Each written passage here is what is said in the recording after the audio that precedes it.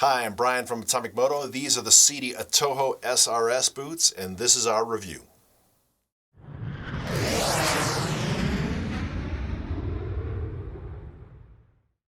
As usual, we like to start with the basics. Now, the Atojo comes in sizes 7 US or 40 EU, up to a size 12.5 US or 47 EU. Not as great a size range as some other models. Goes down to some quite small sizes, but not up as big as some other sizes, 13, 14, and certainly 15, like some of the other Sidi models. This one is a size 46 or an 11.5 in their scale. It weighs 4.4 pounds for this pair. These are mine. I rode in them. It is in this nice color gray. It comes in a bunch of different colors, of course, black and some other seasonal colors. And it retails for $549 as of the filming this video. Last of all, the Sidi Atojo is made in Romania. Diving into the construction of the Atojo, let me spin this one around, move this over here. The Atojo is a much more simplified boot compared to the construction of the Crossfire, which I have a TA version over here on the left. It has fewer plastic pieces and is a little bit more simple design.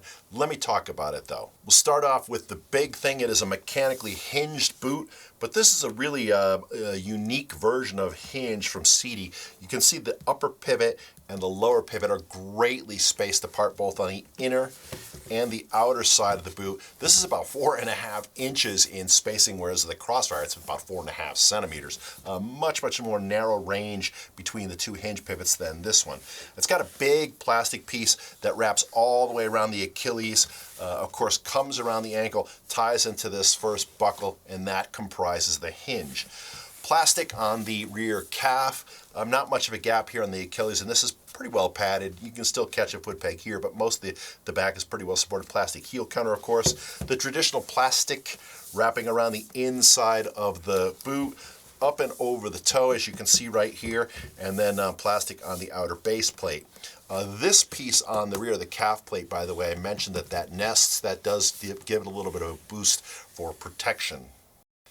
It has a hyperextension limiter on it, which I'll show you right here. It is this piece, which actually is a little strap, if you will, that screws on here on the front, on the shin plate, and then runs down through there and actually flexes. Now, I said this is hyperextension, which means pointing your toe downward.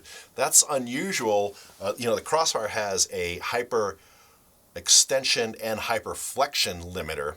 Hyperflexion is actually more common because that's what it's like when you are standing on the foot pegs and you have a big G out and of course your heel goes down and the toe gets bent up. And this doesn't limit that mechanically, but it does have a hyperflexion limiter here. The upper shin plate on this is not adjustable like some other models.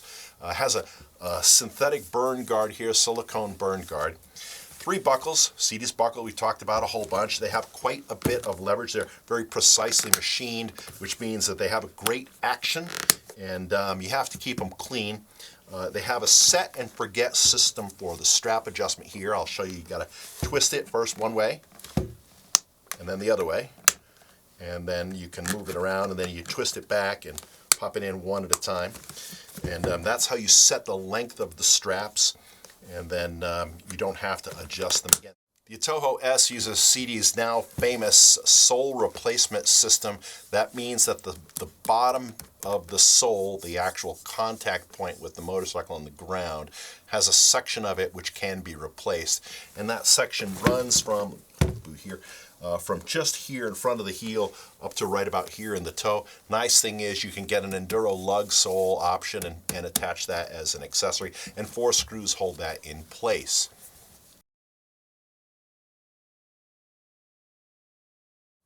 Talking about the protection of it, it's pretty similar to a Crossfire. It has a couple of things that are actually better. I'll pull this Crossfire over here so it's in frame. First of all, there's quite a bit of plastic coverage around the entire surface of the boot, and this big honkin' ankle piece gives a really good amount of support. It has a little less plastic on the upper part of the shaft than the Crossfire. You can kind of see that right here. This has just a little bit more plastic here. But one thing that this does a little bit better than the Crossfire, it is an improvement, and kudos to Sidi for that, is the way that this rear calf piece tucks into the ankle support.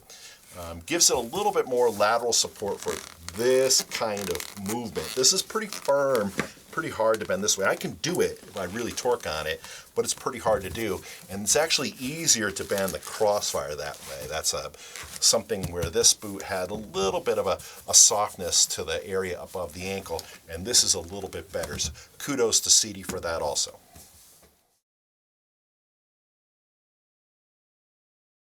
Let's talk about the fit of the crossfire. I'm grinning because I am already working up some anxiety over the fact that the entire planet incorrectly thinks that all Sidi boots fit narrow. They don't. Some boots fit narrow. Some boots like the Crossfire TA here are super wide.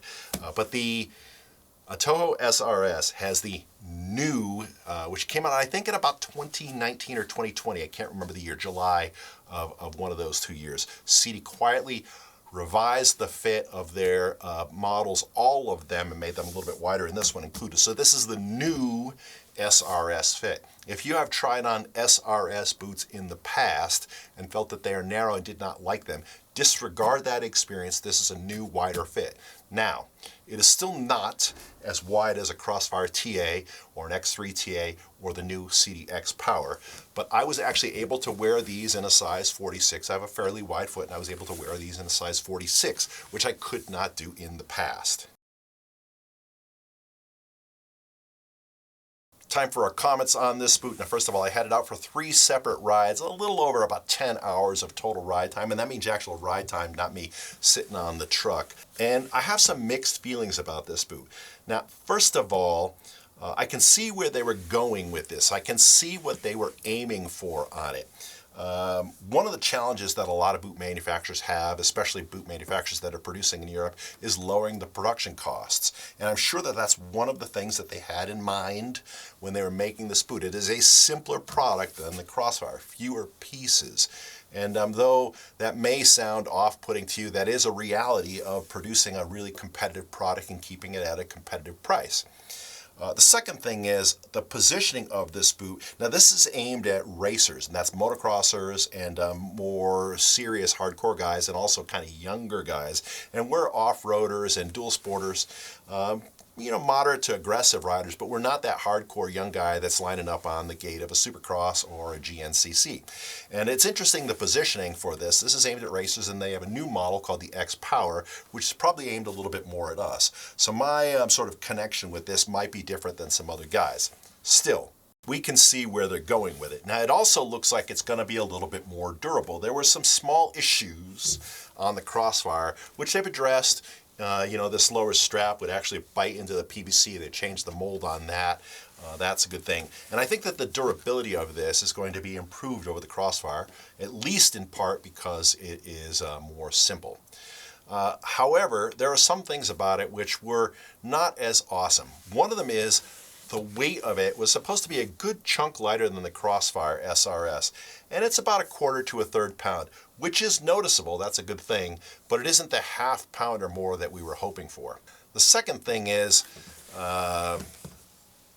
this baby casts a really tall shadow, and though this is still Sidi build quality, it doesn't have that extra level of intangible elegance that this thing has. That's a little bit of a drag. Doesn't affect the durability or the function of it, but it's just something that you notice. Third thing is, this is still the same price as the Crossfire.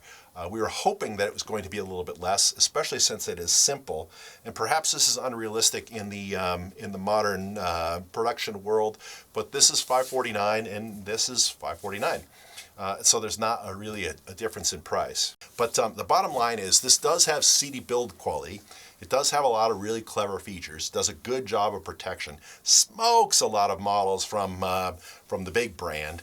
But what we really hope is that they don't discontinue this one from the line. So with that is our review of the Sidi Atojo SRS. We are Atomic-Moto, www.atomic-moto.com. We have a great YouTube channel, and if you like this video, we would love it if you clicked like on the video and click subscribe to catch future ones. And like I say at the end of every one of these videos, we hope to see you not in here, not in the office, not behind a computer, not sitting at a keyboard, but out on your bike. Thanks, and take care.